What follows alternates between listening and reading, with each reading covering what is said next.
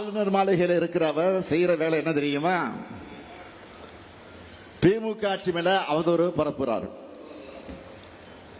திமுக மேல அவதூறு பரப்புவார், திராவிடத்தை பழிப்பார், சட்டங்களுக்கு ஒப்புதல் தரமாட்டார், இல்லாத திருக்குறளை அச்சிட்டு கொடுப்பார்,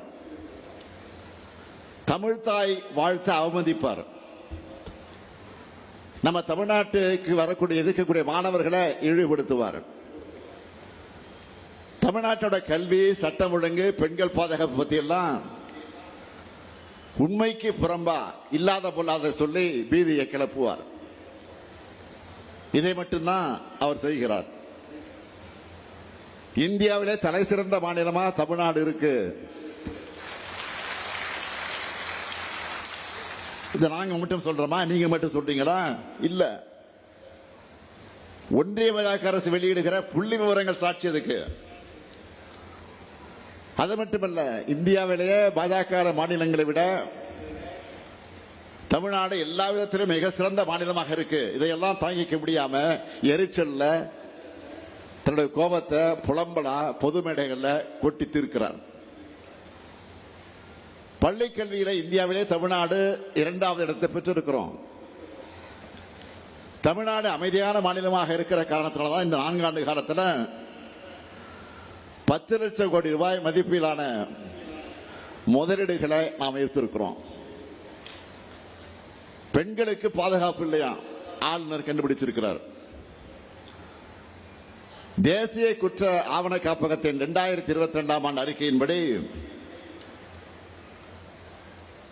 இந்தியாவிலே பெண்களுக்கு எதிரான குற்றங்கள் நடக்கிற மாநிலங்கள்ல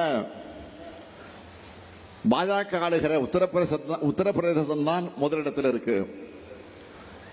அதனால ஆளுநர் அவர்களை நீங்க கம்பு சுத்த வேண்டியது இங்க இல்ல, பாஜக ஆளக்கூடிய மாநிலங்கள் தான் இப்ப கம்பு சுத்தணும், தமிழ்நாட்டில் இல்ல.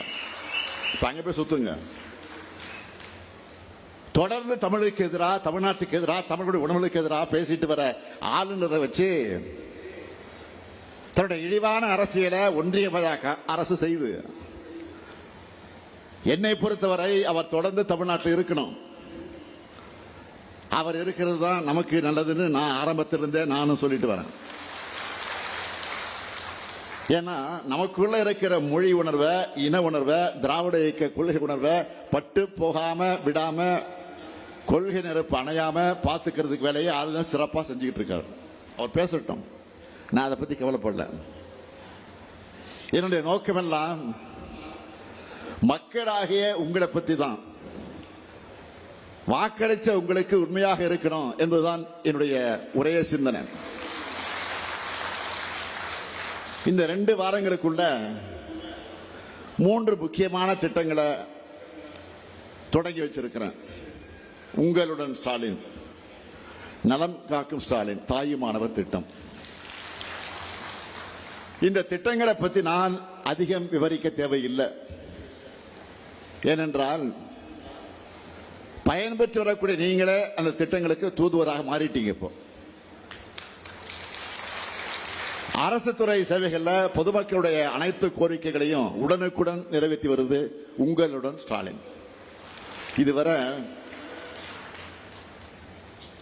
3561 முகாம்கள் நம்ம அரசு மேல, அரசு மீது நம்பிக்கை வச்சிருக்கக்கூடிய அந்த முழு நம்பிக்கையோடு 3,41,395 பேர் தங்களுடைய கோரிக்கைகளை மனுக்களாக கொடுத்திருக்கிறாங்க. நலம் காக்கும் ஸ்டாலின் திட்டத்தில்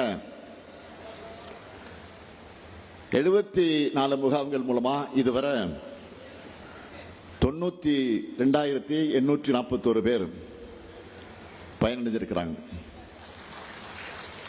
தாயுமானவர் திட்டத்தில் முதியோர்கள், மாற்றுத்திறனாளிகளின் குடும்பங்களை கண்டறிந்து அவங்க வீடுகளுக்கே நேரடியாக ரேஷன் பொருட்கள் தரப்படுது. இப்படி 21 லட்சம் குடும்பங்களுக்கு அரசே அத்தியாவசிய பொருட்களை கொண்டு போய் கொடுக்குது. வயசானவங்க ரேஷன் கிடைக்க வர தேவையில்லை, வரிசையில் நிற்க தேவையில்லை, பொருட்களை வீடு வரை கஷ்டப்பட்டு தூக்கிக்கிட்டு போக தேவையில்லை. இது எல்லாத்தையும் அரசே செஞ்சு தருது. இதன் மூலமா அரசுக்கு கூடுதல் செலவாகும் என்றாலும் அதை பற்றி நாங்கள் கவலைப்படல. அது செலவாகிறது அரசோட கடமையாகத்தான் நாங்கள் நினைக்கிறோம். வீட்டுக்கே பொருள் வந்து சேர்ந்ததும் அந்த முதியோர்கள் கொடுத்துட்டு வர்ற பேட்டிகள் எல்லாம் ஊடகங்களை நான் பார்த்தேன். உணர்ச்சி பெருக்கோடு நான் தழுதழுக்க அவங்க பேட்டி தராங்க. அந்த பேட்டிகளை பார்க்கும்போது நானும் அதிக உணர்ச்சி வசப்படுகிறேன், நெகிழ்ந்து போகிறேன். நான் முதலமைச்சரான நோக்கம் நிறைவேற்று இருக்கக்கூடிய நினைச்ச உள்ளபடியே மகிழ்ச்சி அடைஞ்சிட்டு இருக்கேன், மனநிறைவு அடைகிறேன். ட்ரெண்ட ஃப்ரெண்ட் ஆக்கிக்கோங்க. தந்தி டிவியின் சப்ஸ்கிரைபர்ஸ் அண்ட் ஃபாலோவர்ஸ் குடும்பத்துல நீங்களும் இணையுங்க.